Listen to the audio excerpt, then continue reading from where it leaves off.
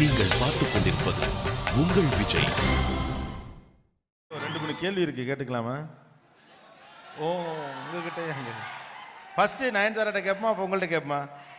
Okay, ஆரி அங்கே இருந்தேவா இல்லை ஸ்டேஜ்ல இருந்தா?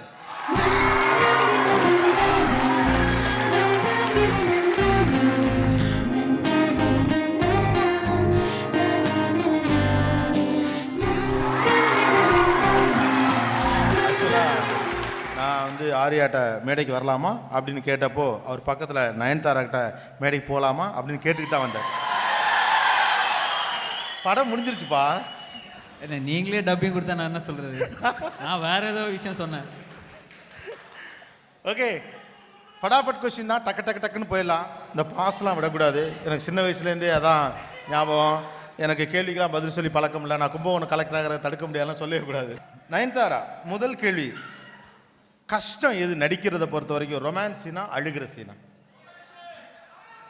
பதில் அவங்க சொல்லணும்பா. அழுகிற சீன் தான் கஷ்டம். அழுகிற சீன் தான் கஷ்டம். அப்ப ஹீரோ பொறுத்து இருக்குங்க. ஹீரோ பொறுத்து இருக்கு. ஹீரோ அது அடுத்த கேள்வி. அதான் அடுத்து அங்கே தான் வரேன். உங்கள் மைண்ட் வாய்ஸை பிடிச்சி நான் ஒரு கேள்வி கேட்பேன் ஆரியா. அப்போ ரொமான்ஸ்னா யாரோட ரொமான்ஸ் சீன் நடித்தா ஹாப்பியாக இருக்கும்? அந்த கொஸ்டின்ல சின்ன கரெக்ஷன். ஆர்யா தவிர்த்து வேற யாராவது நடிச்சா அப்படின்னு கேளுங்க.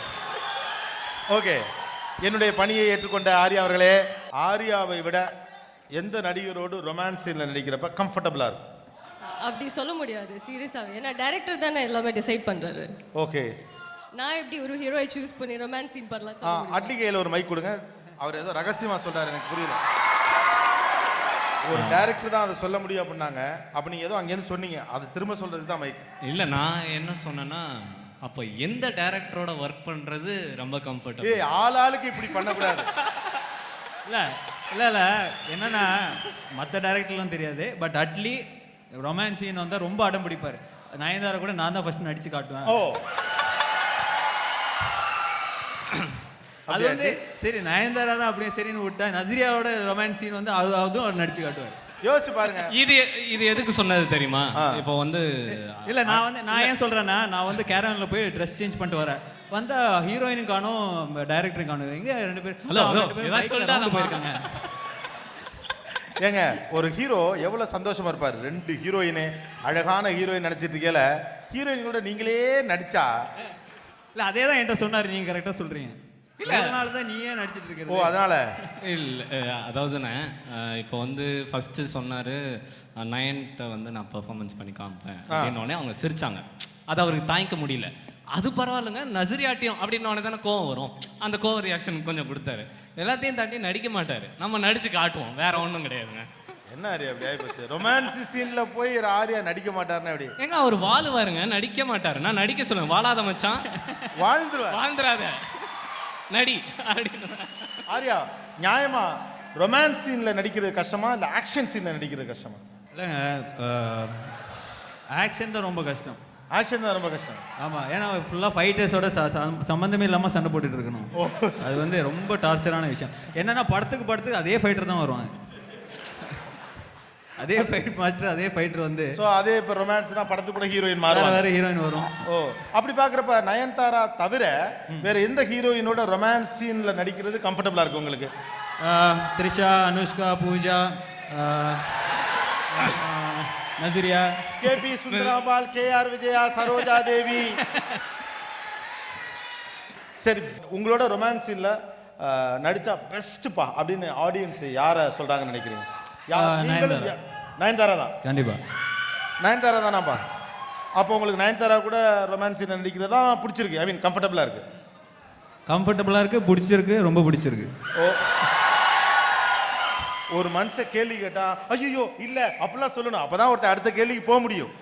அதுக்கு மேல 4 ஸ்டெப் போயிட்டு அப்ப மத்த ஹீரோயினோட ரொமான்ஸ்ல நடிக்கிறது உங்களுக்கு பிடிக்கல? அதுவும் ரொம்ப பிடிச்சிருக்கு. வெரைட்டி தானே மெயின். இப்போதைக்கு அவங்களுக்கு கூட ரொமான்ஸ் பண்ண ரொம்ப பிடிச்சிருக்கு. சரி, இப்போ அந்த பக்கம் கேட்போம். உங்களுக்கு யாரோட ரொமான்ஸ் சீன் நடிச்சது ரொம்ப பிடிச்சிருந்துச்சு? ஆரியா கூடவா, ஜெய் கூடவா? ஆரியா போச்சு, ஆரியா போச்சு, பதில் உடனே வரல. டெஃபினட்டா ஆரியா தான். ஆரியா கூட தான். படம் பேர் என்ன? ராஜா ராணி. ஓகேங்க. ஆரியா, 2வது கேள்வி, நயன்தாரா அழகு அப்படின்னா யார் பேரழகு? அநேகமா நயன்தாராவோட குழந்தையா தான் இருக்கும்னு நினைக்கிறேன். நான் வேலையை ரிசைன் பண்றேன். ஆரியாவுடைய மைனஸ் என்ன நினைக்கிறீங்க? ரொம்ப கூலா இருப்பாரு. ஓ, ரொம்ப கூலா இருப்பாரு. ஆமா, ஓகே. ரொம்ப. as a friend அவரோட மைனஸ் என்ன? ஆஸ் எ ஃப்ரெண்டா எந்த மைனஸும் கிடையாது. இப்போ அடுத்து ஒரு கேள்வி. அட்லி அடுத்து ஒரு படம் பண்றார். ஆரியாவோட படம் பண்றதுக்கும் பேசுறாங்க. ஆனா உங்கள்ட்ட டேட்ஸ் இல்லை. இந்த மாதிரி ஒரு இக்கட்டான சூழ்நிலையில நீங்க அட்லி படத்துக்கு டேட்ஸ் கொடுப்பீங்களா, ஆரியா கூட நடிக்கிறதுக்கு டேட்ஸ் கொடுப்பீங்களா? இந்த வரலாற்று முக்கியத்துவம் வாய்ந்த கேள்விக்கு நீங்க பதில் சொல்லியே ஆகணும். ரெண்டு பேருக்குமே நான் டேட்ஸ் எப்படி கொடுப்பேன். முடியும்னே? அதான் டேட் இல்ல இல்ல நாங்களே முடியும். ஏன் சொல்லிட்டோம். தெரியுமா, அவங்க ரெண்டு பேரும் அட்ஜஸ்ட் பண்ணிப்பாங்க. அதெல்லாம் முடியாதுங்க. நான் ரெண்டு ரெண்டு பேருக்கு ஒரே பேரும் டயத்துல படம் ஷூட்டிங். அவர் ஒரு ப்ரொடியூசர், நாங்க தான் ப்ரொடியூசர். யாராச்சும் ஒருத்தர் வந்து அட்ஜஸ்ட் பண்ணி தானே இல்ல ஆகணும். அவங்க ஆரியா அட்ஜஸ்ட் பண்ண முடியலன்னா முடியாது. அட்லி அட்ஜஸ்ட் ரைட் பண்ணுவாங்க. விடுங்க. ஆரியாக்கும் அட்லிக்கும் சும்மா அசிம் ஃபார் மூமெண்ட் ஒரு சண்டை அப்படின்னு வச்சுக்கோ. அதனால அவங்களுக்குள்ள பேச்சுவார்த்தை இல்லை. இப்போ நீங்க யாருக்கு டேட் கொடுப்பீங்க? ஆரியா கூட நடிக்கிறது டேட் கொடுப்பீங்களா, அட்லி கூட படம் பண்றதுக்கு டேட் கொடுப்பீங்களா? ரொம்ப கஷ்டமான கேள்வி. அதனால தான் உங்கள்ட்ட கேட்குறோம். நீங்க நல்லா படிச்ச பொண்ணுன்னு சொன்னாங்க.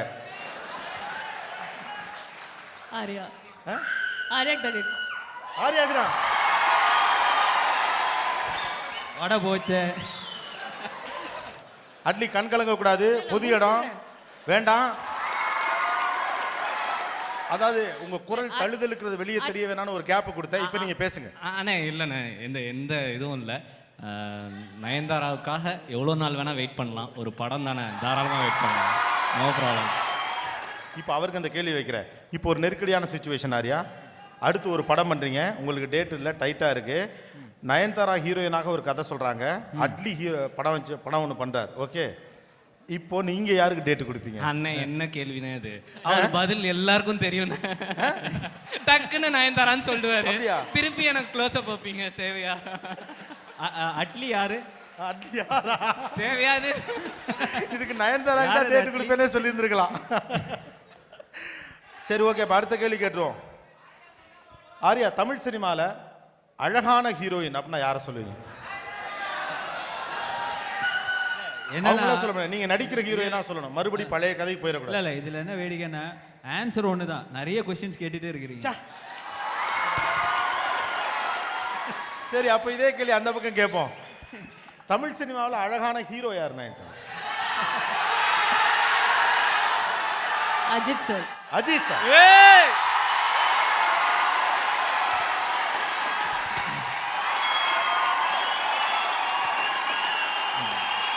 ஏதோ அட்லி சொல்ல வரார். சொல்லுங்க அட்லி.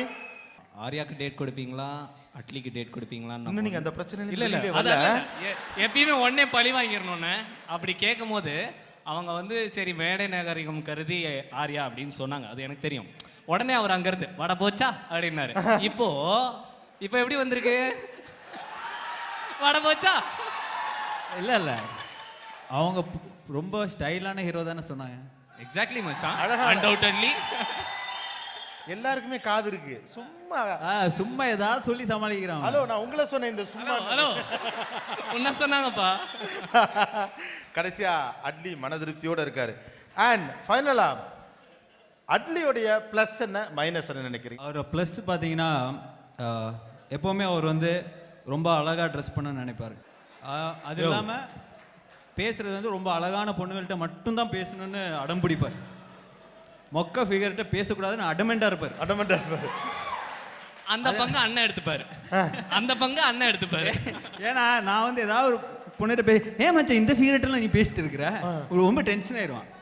அந்த மாதிரி அவனுக்கு வந்து பயங்கரமான அதுதான் ராஜா ராணியோட சக்ஸஸ் நான் சொல்லுவேன். ஏன்னா எல்லாமே அழகாக இருக்கணும், எல்லாமே வந்து கலர்ஃபுல்லாக இருக்கணுன்ற வந்து ஒரு பயங்கரமான ஒரு சென்சிபிளாக ரொம்ப ஒரு ஸ்பெசிஃபிக்காக இருப்பார். மைனஸ் வந்து அது ரொம்ப இன்வால்வ் ஆயிடுவார். ஓ, இது பிள்ளைங்கள்ட்ட பேசிட்டு இருக்கதா படத்துல? அதுவா? அண்ட் நயன்தாரா, அட்லியோட பிளஸ் மைனஸ் என்ன நினைக்கிறீங்க? அட்லி கிட்ட மைனஸ் ஆக்சுவலி எதுவுமே கிடையாது. ஆஹா, குட். நிறைய ப்ளஸஸ் தான் இருக்கு. ரொம்ப ஆர்கனைஸ்டாக இருப்பார், வெரி வெல் பிளான்டாக இருக்கும் அவரோட ஷூட்டிங்ஸு. இப்போ இந்த சீன் என்னால் இன்னைக்கு பண்ண முடியல அப்படின்னா இன்னொரு சீன் ரெடியாக வச்சிருப்பாரு. அது எல்லாமே ரொம்ப பிளானிங் பர்ஃபெக்டாக பண்ணுவார். ஸோ அதுதான் மிகப்பெரிய ப்ளஸ் தான். All the best Arya, Nayanthara. Best wishes. Thank you.